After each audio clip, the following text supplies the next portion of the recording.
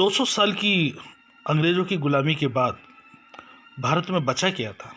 पूरे संसाधन सब लूट कर अंग्रेज़ों ने देश को खोखला कर दिया था और मुस्लिम और हिंदू की लड़ाई छेड़कर आपस में बांट के चल दिए। परंतु 1947 में आज़ादी के बाद सर्वप्रथम एक ऐसे भारत नवजात शिशु की तरह खड़ा था जो अपने पैरों पर भी नहीं खड़ा था। उसको ये भी नहीं मालूम कि किस दिशा में जाएगा, कैसे चलेगा, कैसे नेतृत्व होगा, कौन करेगा नेतृत्व, कैसे इतनी समानताएं, भाषाएं और छोटे छोटे क्षेत्र में बटे हुए लोग और न जाने कितनी सामाजिक असमानताओं को लेकर ये भारत, गरीब भारत का पालन पोषण कैसे होगा। और उस समय मृत्यु दर भी बहुत कम थी। इस बड़ी चुनौती के साथ एक भारत को बनाने की बात हुई और 1950 में जब संविधान लागू किया गया, वो संविधान 300 लोगों के ड्राफ्ट कमेटी के द्वारा बनाया गया, जिसमें सभी भाषा, सभी क्षेत्र के लोग, सबका प्रतिनिधित्व था।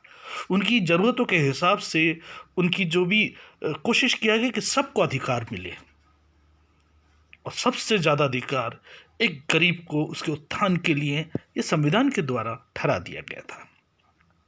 1950 से देश जब चलना चालू हुआ तो दूरदर्शी नेहरू जी ने एक ऐसे देश की कल्पना की जिसको उन्होंने बच्चा समझ के आगे जाके भविष्य में क्या होगा, यानी कि दूरदर्शिता के साथ सबसे ज़्यादा कृषि प्रधान था तो उन्होंने डैम की बात की।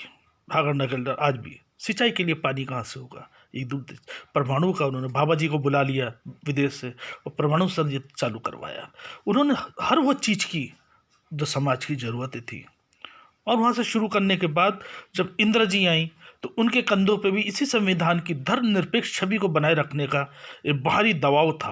वो महत्वाकांक्षा थी, वो निडर भी थी और वो जानती थी भारत की खुली सीमाओं को चारों तरफ से बचाने का किस तरह से बार बार पाकिस्तान द्वारा किए जा रहे और अमेरिका के सानिध्य में किए जा रहे आक्रमण से भी देखना है, प्राकृतिक आपदाओं से भी देश को, जब आए दिन बाढ़ से देश बर्बाद होता था, संसाधन बर्बाद होते थे, फसलें बर्बाद होते थे, तो भी ये देश चलता रहा और निरंतर नई नई हरित क्रांति का युग आया, श्वेत क्रांति का युग आया, चंद्रमा पे जाने वाले लोग शुरू हो गए, हमारे बड़ी बड़ी चीज़ें, बड़ी बड़ी इसरो, सबका जन्म हो रहा था।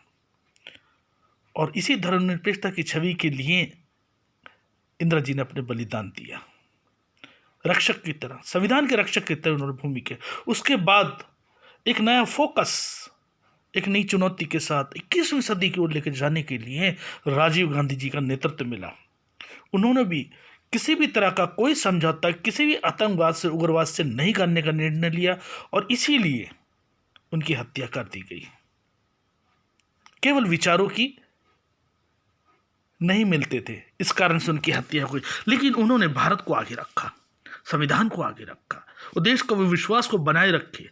और उसके बाद नई चुनौती के साथ जब ये देश आगे बढ़ता है, नरसिम्हा राव जी ने भी काफ़ी काम किया, मनमोहन सिंह जी ने काफ़ी काम किया और वही उनकी जो विचारधारा थी कांग्रेस की, देश को कैसे चलाएंगे, वो भारत कैसे आगे बढ़ेगा, और धीरे धीरे उन्होंने 2014 तक इस देश को चलाया।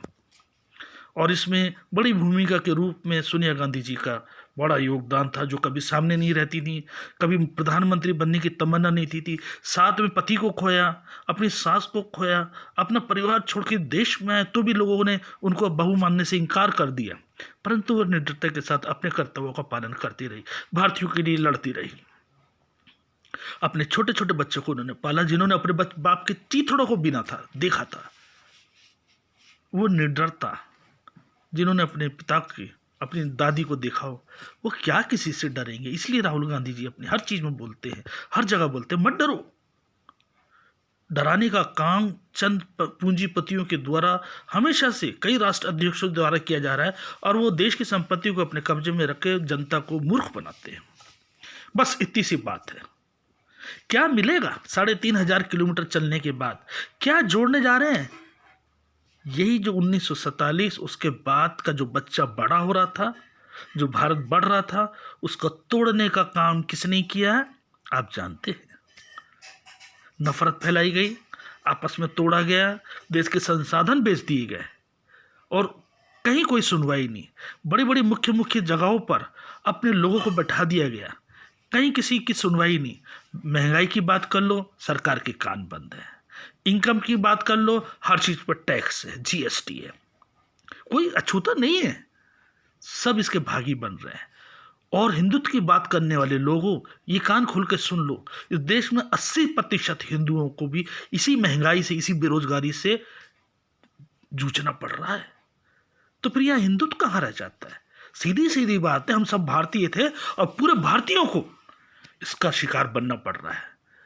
आज हमारे युवा सड़कों पर बेरोजगार है, काम नहीं है, परेशान है, किसके पास जाए, कोई सुनने वाला नहीं।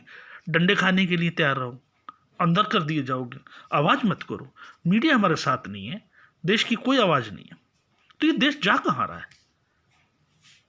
ये टूट रहा था। इसी को पहचान कर आखिरी गांधी के रूप में, राहुल गांधी परिवार के आखिरी गांधी के रूप में, रक्षक के रूप में वो भारत जोड़ो यात्रा कर रहे हैं।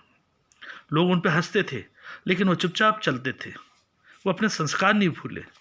और आज 3,500 किलोमीटर चलने के बाद वो भारत जोड़ने का प्रयास कर रहे हैं।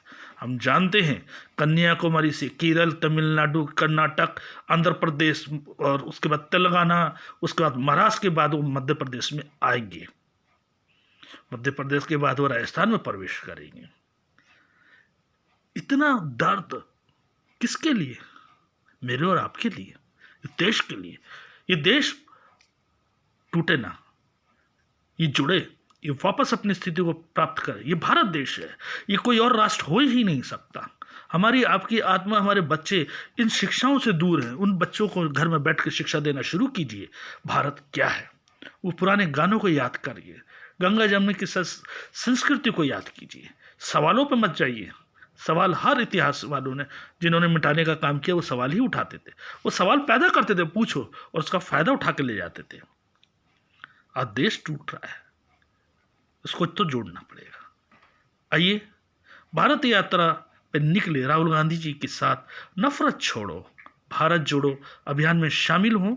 अपने घरों से, अपने पास से निकलिए, कुछ दूर उनके साथ चलिए। ये हर भारतीय नागरिक का कर्तव्य है। जय हिंद, जय भारत।